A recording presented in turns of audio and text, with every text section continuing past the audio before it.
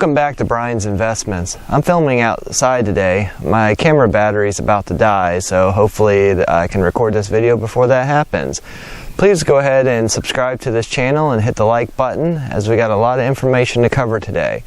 One of our members of our Discord channel has sent us a questionnaire, and he wants us to record a video about how can a 16-year-old make passive income. There's a lot of people out there that are underage and they want to be able to make money while they sleep that doesn't involve the stock market and credit cards and things that you have to be 18 years for. So here's some things that I came up with. First of all, YouTube. Anybody, a 5-year-old to a 90-year-old, can go on YouTube. Just create a channel, such as what I did, and just make a bunch of good content. You could do a niche, like if you like baseball or skateboarding or fishing, do something about that. If you want to do wacky pranks and prank your sister or something, you could do that too. There's partner revenue sharing, and once you get 1,000 subscribers and 4,000 watch hours, YouTube will actually pay you every time somebody watches your video. So I kind of broke it down, and it seems there is a different way of calculating it, but roughly on 1 million views, which there's just tens of thousands of videos out there that have more than 1 million views, that's $1,750 just off of one video.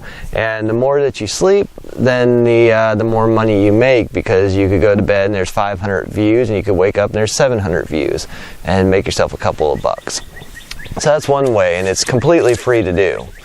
Another thing is blogging. Blogging is just creating a journal about your life and something you're passionate about, and you just keep updating and updating to your story. If you want to do, political or weather or something like that, you could certainly do that. But I think a lot of people just kind of talk about their likes and dislikes and trips that they go on and adventures, and just keep that updated, and a lot of people will actually visit it, and you'll make a lot of money. Another thing is Twitter marketing. You can partner with a company, like say weight loss courses for $40. You sell a course and they give you $10 or $20 for selling their course. So basically you're just getting a piece of the pie. They do all the work, you just sell the course. Affiliate marketing, you can do it YouTube or blogging, market other people's products. You can sponsor products and talk about them, and you're basically advertising for them, so they'll pay you for that. Twitch gaming, live stream your games. One guy made $200,000 in 1 year just by playing video games. He was 14 years old, so you can definitely do that. You could also charge scooters. A lot of cities, even my city, have free scooters that you just grab off the street and they're electric scooters. You just ride them around town. You can charge them, and you make anywhere from $3 to $20 per scooter that you charge. You just basically pick them up and charge them. And you can check with Lime and Bird scooters. Those are a couple of them that do it. So those are some great ways for a 16-year-old or anyone under 18 that could do. It's kind of advanced up from a lemonade stand. I did that too.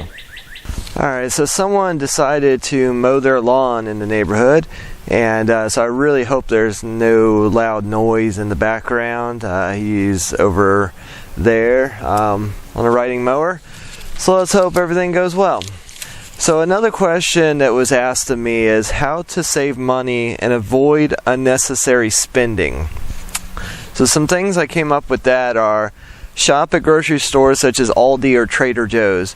These are discount stores that they either manufacture their own product, or they take leftovers and put it into their own brand.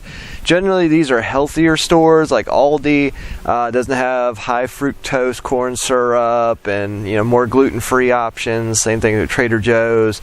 So there's several different types of these stores in the community. Like I'm used to paying $3.79 for a 6-pack of English muffins for Thomas's English Muffins, which I consider the best. But then Aldi's is $1.25 for the same 6 count, and they actually ended up tasting, if not the same, better.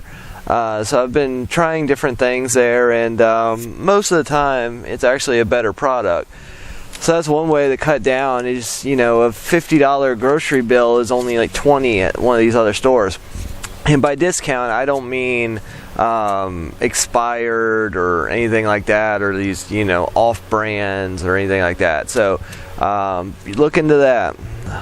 Buy in bulk from Sam's Club, Costco, BJ's, things like that, especially like bottled water. If you get like a 6 or 12 pack, or even buying singles, you could be paying as much as $1 a bottle.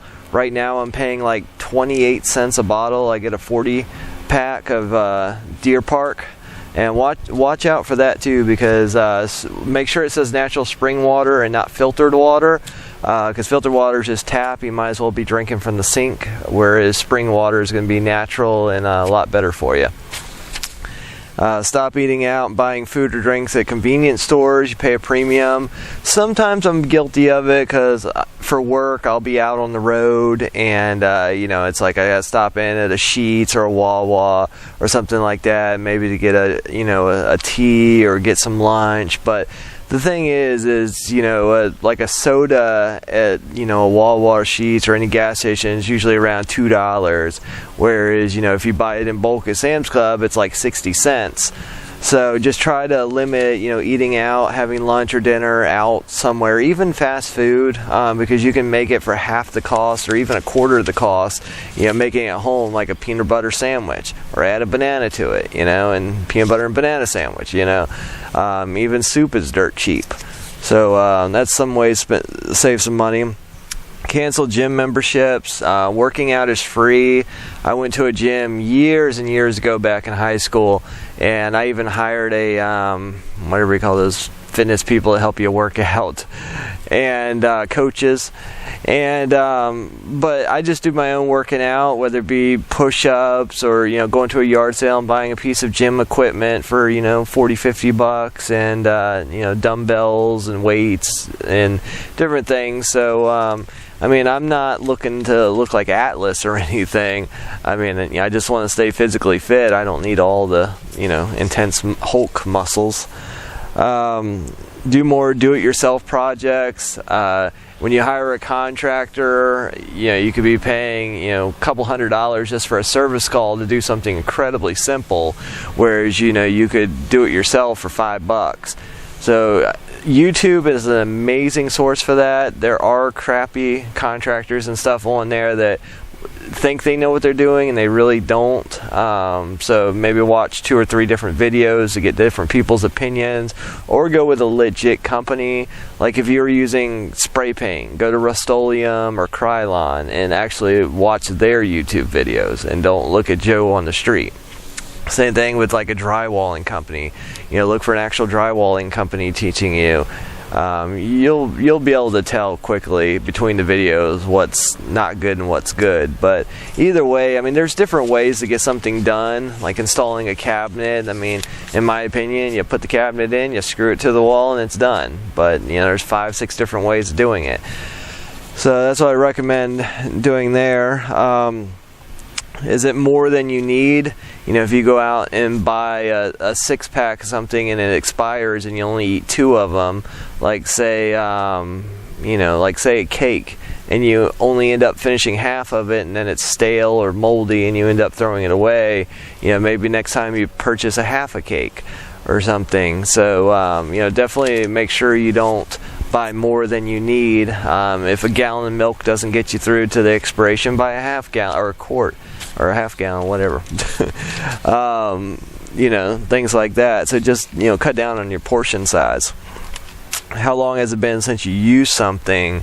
If you've had stuff sitting around for years and you haven't used it, and you're like, you know what, I'm probably never going to use it, just sell it, or at least throw it away, give it to Goodwill or something like that. Well, I'm not a big fan of giving to Goodwill because there's some stuff I could say about that, but giving it to a local place like an SPCA rummage sale or a mom and pop thrift shop, something like that, donating to them, I would recommend. But just go on Facebook Marketplace, a lot better than Craigslist, and just sell a bunch of stuff around your house that you're not going to use. It's not making you money if it's sitting there. Pay off credit cards, loans, or similar to avoid late fees and interest. I mean, if you have $5 sitting on a credit card, you know, you're going to be paying a lot of late fees and interest by just letting it sit there. Same thing on loans. If you have a $10,000 loan, you could be paying, you know, $100 a month in interest. And just try to pay down all your bills that you can and become debt free. That is a huge savings.